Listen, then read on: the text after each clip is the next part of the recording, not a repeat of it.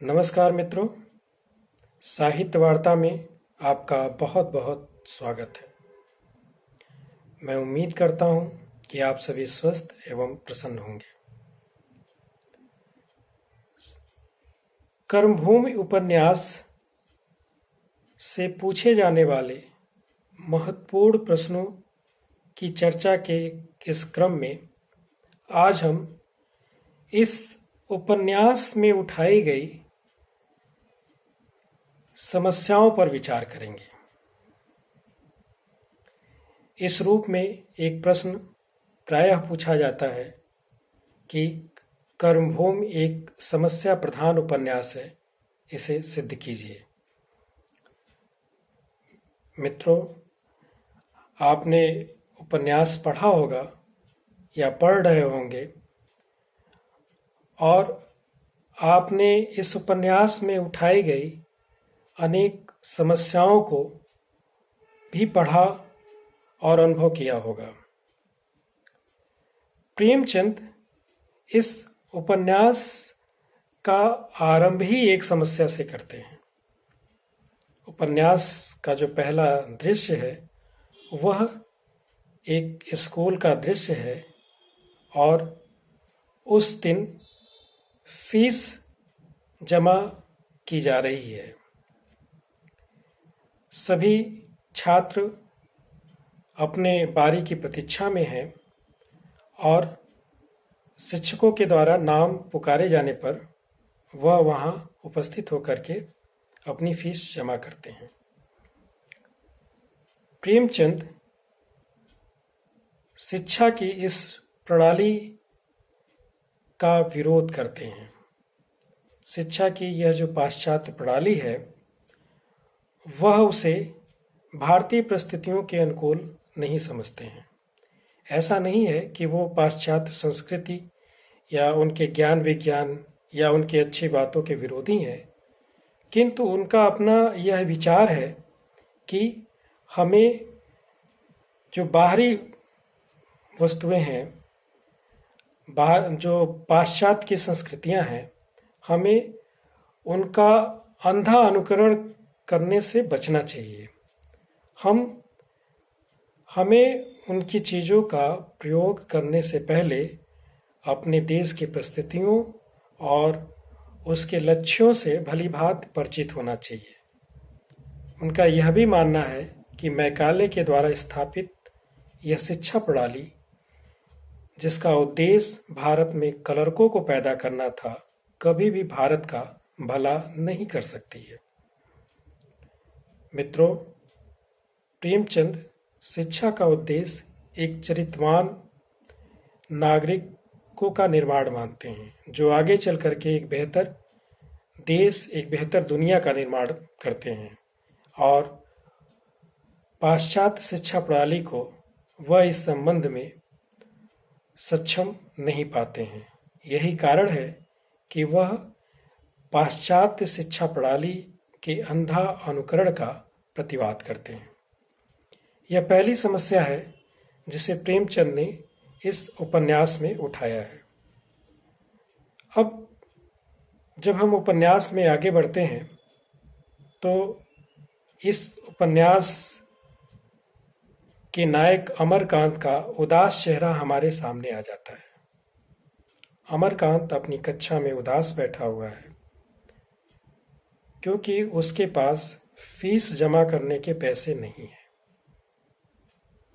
ऐसा नहीं है कि उसके पिता फीस देने में सक्षम नहीं है।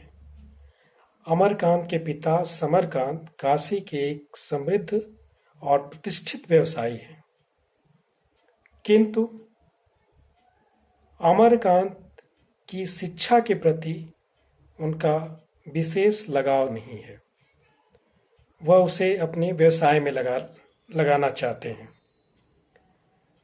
अमरकांत की उदासी का सिर्फ इतना ही कारण नहीं है। अमरकांत के चेहरे पर एक वेदना, एक निराशा हमेशा बनी रहती है। प्रेमचंद इसका वर्णन करते हुए कहते हैं कि बचपन में ही अमरकांत की माँ गुजर गई और पिता के साथ जो उसके संबंधों का विकास हुआ वह मैत्रीपूर्ण नहीं था। यह कोई असाधारण बात नहीं है। भारतीय समाज में जो हमारे परिवारों की बुनावट रही है वह प्रायः मैत्रीपूर्ण नहीं रही है। पिता पुत्र के संबंधों का स्तर यह रहा है कि पुत्र अपने पिता से मन की बात नहीं कह सकता था और पिता भी अपने अनुभवों को, अपनी भावनाओं को अपने पुत्रों से साझा करने से बचता रहा है। एक जो सामंतवादी बुनावट रही है हमारे परिवारों की और हमारे समाज की, वह इस परिवार में भी दिखाई पड़ता है। इसके साथ अमरकांत का विवाह सुखदा नाम की एक स्त्री के साथ हुआ है जो सुंदर है, सुशील है, पढ़ी लिखी है, किंतु वह अमरकांत के भावनाओं के, उसके विचारों के, उसकी कल्पनाओं के अनुकूल नहीं है। अगर हम सभी बातों को मिलाकर कहें तो अमरकांत के जीवन में स्नेह और आत्मीयता का अभाव है, प्रेम का अभाव है। और जब पारिवारिक जीवन में प्रेम और स्नेह का अभाव होता है तो व्यक्ति अपने बाहर की तरफ देखता है। यही कारण है कि आगे चल करके अमरकांत सकीना के प्रति आकर्षित होता है। तो इस उपन्यास में, इस पूरे प्रकरण के माध्यम से प्रेमचंद ने पारिवारिक जीवन में स्नेह और आत्मीयता की कमी का जो मामला है उसे उठाया है। देखने में हालांकि यह कोई बड़ी समस्या नहीं लगती है, किंतु मित्रों, स्नेह और प्रेम का अभाव व्यक्ति के भीतर कुंठा को जन्म देता है और यह कुंठा आगे चल करके उसके व्यक्तित्व को बिल्कुल बदल के रख देती है। वो समाज में विध्वंस का कारण भी बन सकता है, समाज को नकारात्मकता की ओर भी ले जा सकता है। तो यह दूसरी समस्या थी जिसे प्रेमचंद ने इस उपन्यास में उठाया था। मित्रों, इस उपन्यास में आगे चल करके एक अन्य घटना से हम परिचित होते हैं। मुन्नी नाम की एक स्त्री है जिसके साथ गोरे यानी अंग्रेज सिपाहियों ने दुर्व्यवहार किया है, बलात्कार किया है और आगे चल करके वह अपने साथ हुए इस दुर्व्यवहार का बदला लेती है। वह भरे बाजार में इस कृत्य के लिए दोषी गोरे सिपाहियों को मौत के घाट उतार देती है। वह सिपाहियों के द्वारा पकड़ ली जाती है, उसके ऊपर मुकदमा दर्ज होता है और फिर उसके मुकदमे की सुनवाई होती है। अंत में इस मुकदमे का निर्णय सुनाया जाता है जिसमें मुन्नी नाम की यह स्त्री बाइज्जत बरी कर दी जाती है। मुन्नी का पति अपने छोटे से बच्चे के साथ उसे घर ले जाने के लिए न्यायालय में आया हुआ है और वह मुन्नी से अनुरोध करता है कि वह घर लौट चले। शहर की बहुसंख्यक जनता भी वहाँ उपस्थित है जो मुन्नी की जय जयकार कर रही है, उसके साहस और हौसले की प्रशंसा कर रही है और सभी चाहते हैं कि वह अपने परिवार और समाज में लौट जाए। लेकिन मुन्नी घर लौटने से इनकार कर देती है। मित्रों, यह वह समस्या है जिसे प्रेमचंद इस उपन्यास के माध्यम से हमारे सामने लाना चाहते हैं कि आखिर जब सारी परिस्थितियां मुन्नी के अनुकूल है, उसका पति उसे इतने प्रेम और अनुनय विनय के साथ वापस चलने के लिए उससे अनुरोध कर रहा है, तो आखिर ऐसी स्थिति में मुन्नी ने यह निर्णय क्यों लिया? इसका कारण यह है कि मुन्नी अच्छे तरीके से यह जानती है कि समाज की मनोवृत्ति ऐसी स्त्रियों के प्रति किस प्रकार की है। वह कुछ समय के बाद इस कृत्य के लिए स्त्री को ही दोषी समझने लगती है। उसे ताने और तरह तरह के उलाहने मिलने लगते हैं और इस कृत्य के लिए दोषी जो पुरुष है वह उसके जीवन में कोई बदलाव नहीं आता, लेकिन स्त्री का पूरा जीवन ही इसके बाद अनेक प्रकार के तानों उलाहनों से घिर जाता है। इस समाज की कठोर सच्चाई को, उसकी मनोवृत्ति को वह बड़ी गहराई से समझती है, इसलिए वह घर जाने का निर्णय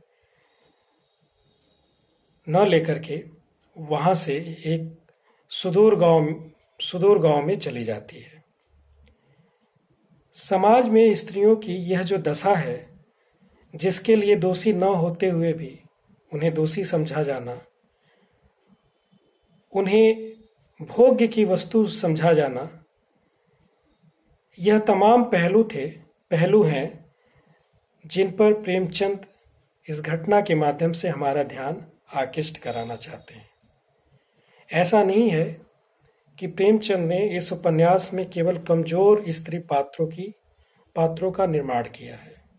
सुखदा के रूप में समाज का और आंदोलनों का नेतृत्व करने वाली एक मजबूत स्त्री भी है, किंतु समाज में जो बहुसंख्यक स्त्रियों की दशा है,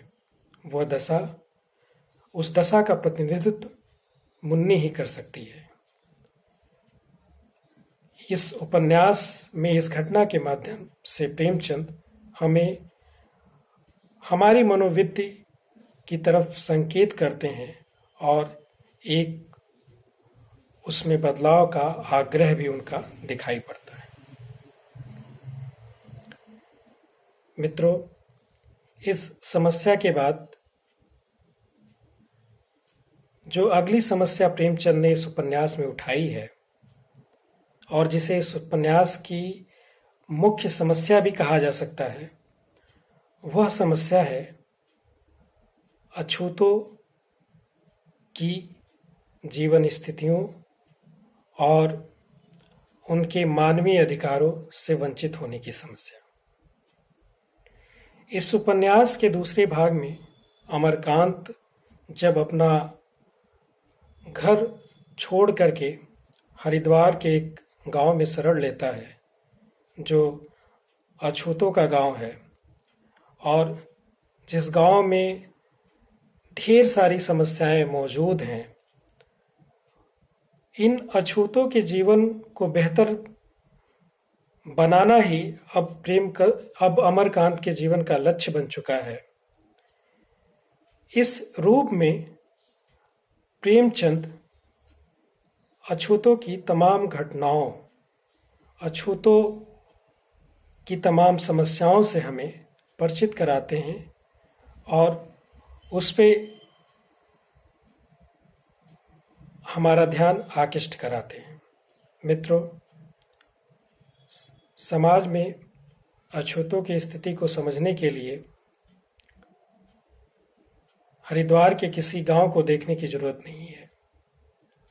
अगर हम अपने आसपास अपने गांवों को देखें, दलितों की बस्तियों को देखें, तो हम देख सकते हैं कि वहां आज भी कितनी समस्याएं मौजूद हैं। उनकी आर्थिक स्थिति कैसी है, उनका सामाजिक स्तर कैसा है, समाज का जो बहुसंख्यक वर्चस्ववादी समाज है, उनका उसके साथ व्यवहार कैसा है। इन सब बातों को हम देख करके समझ सकते हैं कि देश में अछूतों की स्थिति कैसी होगी। आज प्रेमचंद ने 1931 में इस उपन्यास को लिखा था और आज 2020 में भी जब हम अपने इस देश को देखते हैं तो इनमें से अनेक समस्याएं, अछूतों के जीवन की अनेक समस्याएं आज भी मौजूद हैं। बहुत सारा सुधार हुआ है, लेकिन बहुत सारा सुधार होना बाकी है। प्रेमचंद इस उपन्यास में अमरकांत के माध्यम से अछूतों की शिक्षा, साफ सफाई के प्रति उनके दृष्टिकोण, अपने अधिकारों के प्रति जागरूकता, अपने अधिकारों के लिए संघर्ष, मानवीय गरिमा के लिए संघर्ष, इन सारे मुद्दों को तो उठाते ही हैं। दूसरी ओर शहर यानी काशी में वह मंदिर प्रवेश आंदोलन की भी घटना का एक सृजन करते हैं, जहां पर दलित जातियों को मंदिर में प्रवेश करने से रोक दिया जाता है और अंततः यह एक बड़ा मुद्दा बनता है। समाज का जो रूढ़िवादी वर्ग है उन्हें अपनी पराजय माननी पड़ती है और जो मंदिर है उसे सभी के लिए खोलना पड़ता है। यहाँ हमें यह भी ध्यान में रखना होगा कि 1931-32 वह दौर है जब अछूतों के संबंध में इस देश में महत्वपूर्ण निर्णय लिए जा रहे हैं। ब्रिटिश गवर्नमेंट के द्वारा पृथक निर्वाचन क्षेत्र और 2 मतों का अधिकार दिए जाने के प्रस्ताव और उसके उपरांत गांधी जी के द्वारा यरौदा जेल में भूख हड़ताल, पूना पैक्ट के रूप में एक समझौता, ये सारी घटनाएं 1931 और 32 के दौर में गुजरती है और यह तय करती है कि यदि अब भी समाज के जो वर्चस्वशाली वर्ग है वह अपने व्यवहार में बदलाव नहीं लाएगा तो वह इन अछूत जातियों को सदैव के लिए खो बैठेगा। गांधी जी का यह प्रयास था कि जो रूढ़िवादी हिंदू है वह अपने भीतर बदलाव लाए और इनके साथ एक मानवीय व्यवहार करे ताकि एक समरस समाज का निर्माण किया जा सके, एक बेहतर भारत का निर्माण किया जा सके। तो यह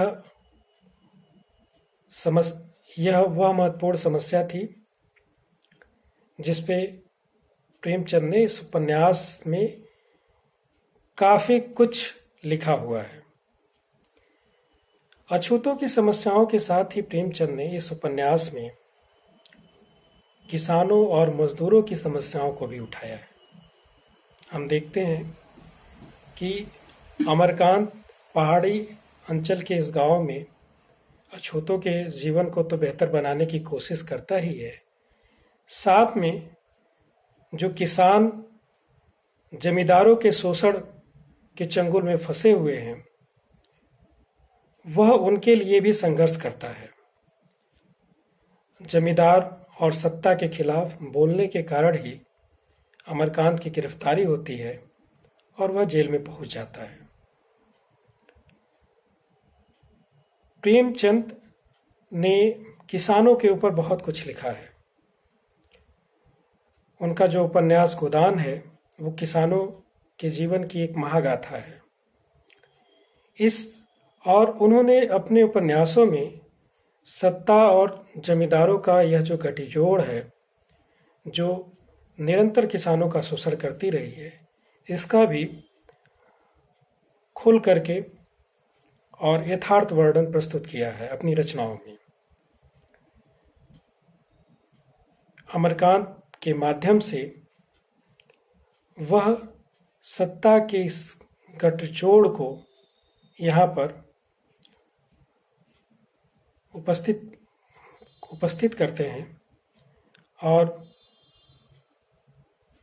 यह तय करते हैं कि इसका विरोध किया जाना बेहद जरूरी है। वहीं दूसरी तरफ सुखदा, डॉक्टर शांति कुमार और नैना रेणुका, ये सभी मिलकर के जो आवास विहीन शहरी मजदूर हैं, उनके लिए एक आवास की व्यवस्था करना चाहते हैं और उसके लिए वो एक आंदोलन कर रहे हैं। इस आंदोलन में अमरकांत की बहन को अपने प्राण तक गंवाने पड़ते हैं। अंततः यह आंदोलन सफल होता है और मजदूरों के आवास की व्यवस्था का मार्ग प्रशस्त होता है। अब इस क्रम में अगर हम अगली समस्या की बात करें तो प्रेमचंद ने समाज में धर्म का जो आडंबर है उस पे कड़ा प्रहार इस उपन्यास में किया है।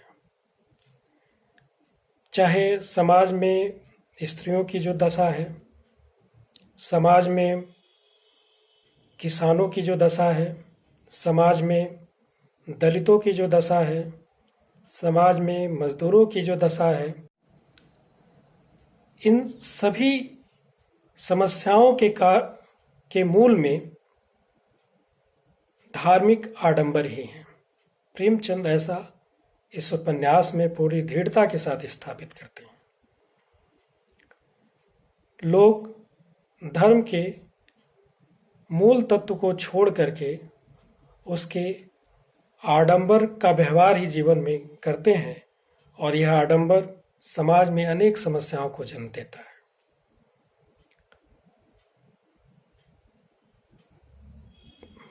प्रेमचंद ने अपने सभी रचनाओं में धार्मिक आडंबर को समाप्त करने के लिए बहुत प्रयास किए हैं।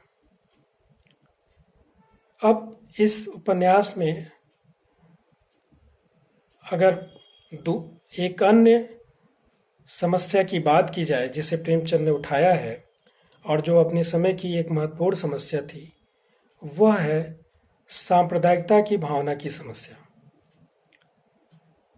मित्रों, आप सभी जानते हैं कि भारत की स्वतंत्रता संग्राम आंदोलन में हिंदू मुस्लिम एकता के कारण अंग्रेज बिल्कुल घबरा से गए थे और वह इस एकता को तोड़ने का लगातार प्रयास कर रहे थे।